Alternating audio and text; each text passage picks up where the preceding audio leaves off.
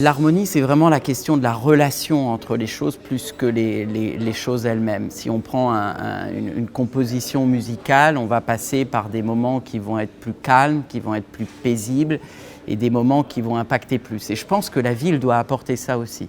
Ensuite, au sein de cette harmonie globale, il faut aussi trouver des harmonies. C'est-à-dire l'architecture ne doit pas toujours s'exprimer. Il faut parfois qu'elle s'efface face à un contenu. Donc notre défi à nous, c'est de trouver les nouveaux langages et de créer de nouvelles harmonies.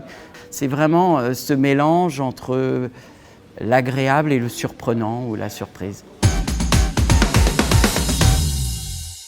Moi, j'aime bien dire la nature doit traverser nos villes comme les autoroutes traversent nos campagnes, c'est-à-dire j'attache une grande importance à ce qu'il puisse y avoir des continuités végétales et à ce que la faune et la flore puissent rentrer à nouveau dans la ville de manière sauvage. C'est à la fois une vraie question écologique, puisque la nature, ça permet aussi de réduire le bilan carbone, ça permet de rafraîchir les villes, mais c'est aussi, à mon avis, une question d'équilibre.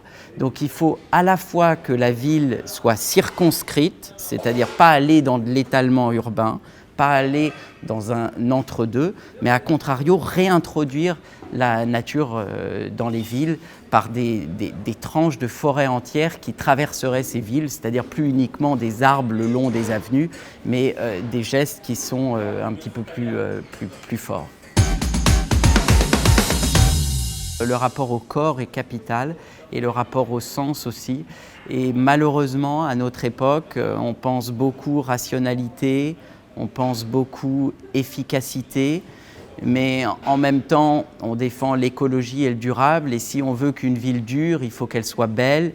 Et si elle est belle, c'est qu'elle touche nos sens. Donc, c'est capital. L'émotion collective, s'il se passe quelque chose, qu'on est tous les deux, d'un seul coup, peut-être on va se mettre à discuter alors qu'on ne se connaît pas. Et d'un seul coup, on crée une forme de lien social. Et je pense que c'est le but de la ville. Donc, la ville sensible, c'est vraiment ce que je défends très très fort.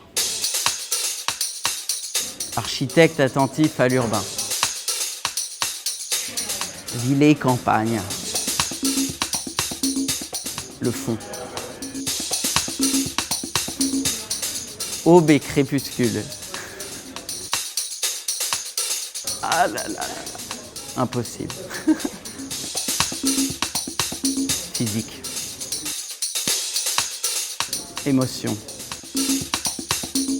Ordre et chaos, moi je veux dire chaos organisé.